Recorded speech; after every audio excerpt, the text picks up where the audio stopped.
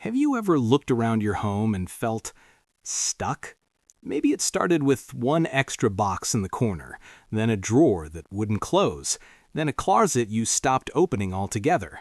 If that sounds familiar, you are not alone. Millions of seniors and older adults are living in homes filled with decades of memories, belongings, and, yes, clutter. And every single day, that clutter makes life a little harder, a little more stressful, and a little less safe. But here's what nobody tells you. Decluttering doesn't mean erasing your past. It means creating a home that works for you, today, and for the years ahead. Welcome to Senior Decluttering Diaries. Let's get started. And before we dive in, if you're new here, hit that subscribe button right now and join our Senior Decluttering community. 1. Why it matters. Let's start with something important. Why this matters beyond just having a tidy home. According to the Centers for Disease Control, falls are the #1 cause of injury among adults over 65, and one of the biggest contributors to falls? Clutter. Rugs bunched up, stacks of boxes in hallways, items left on stairs. Falls are the #1 cause of injury in adults 65 and plus. Clearing your home isn't just about organization, it's about safety. It's about being able to move freely through your own space without risk. But there's more. Research shows that a cluttered environment raises your body's cortisol, that's your stress hormone, which means that pile of unsorted mail on your kitchen counter, it may actually be making you feel more anxious even if you're not looking at it. And day-to-day functioning gets easier too. Finding your medications, locating your keys, getting dressed without digging through a crowded drawer.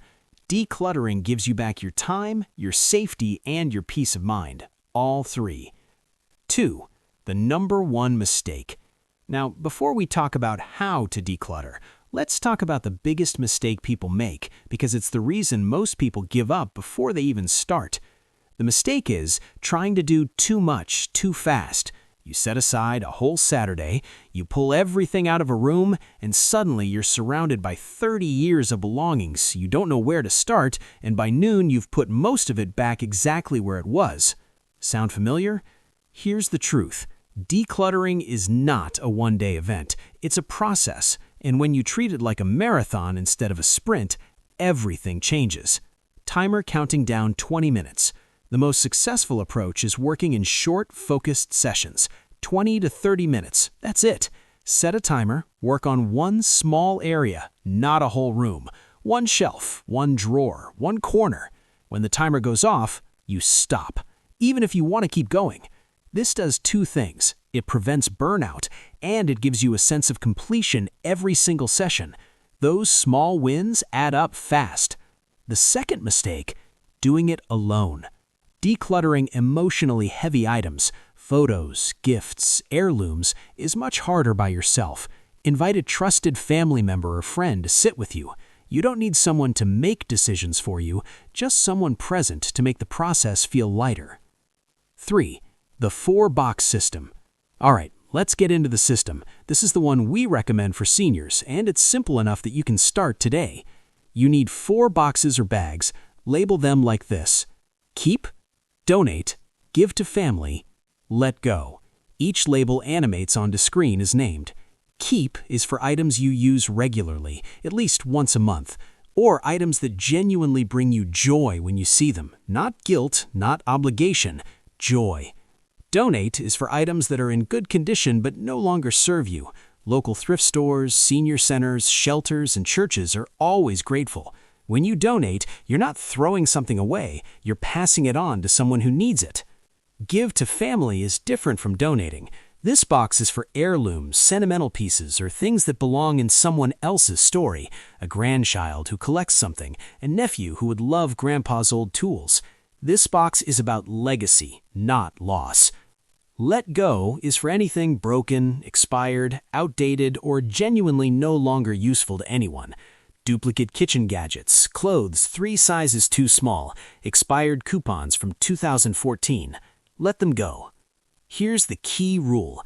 If you spend more than 30 seconds deciding where something goes, set it aside, create a decide later pile, and revisit it at the end of the session. Don't let one hard decision slow down 20 easy ones.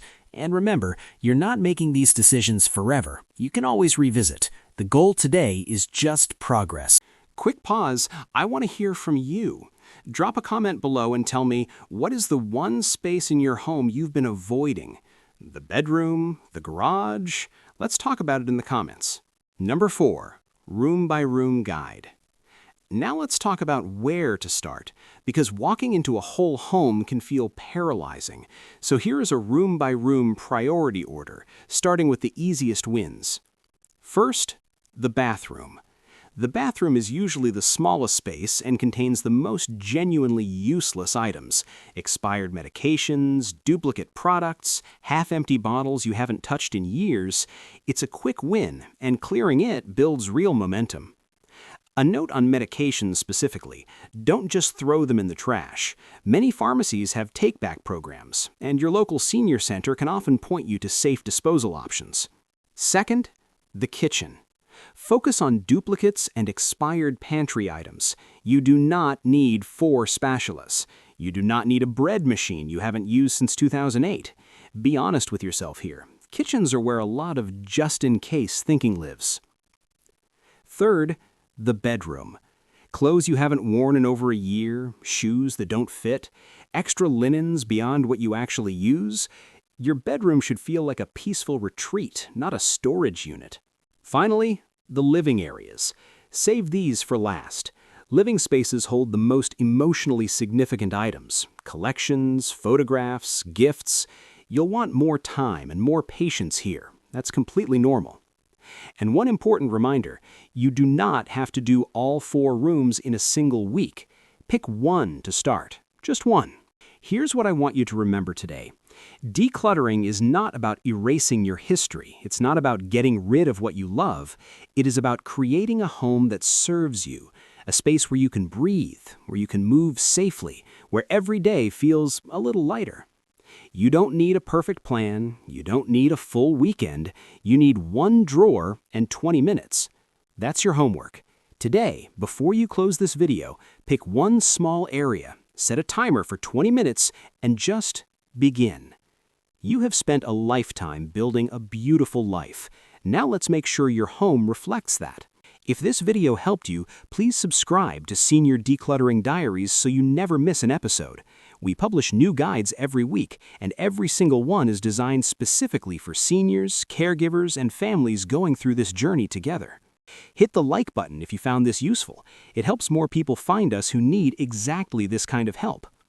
And leave a comment below with your biggest decluttering challenge. I read every single one, and your next episode might be the answer to your question. See you in the next one.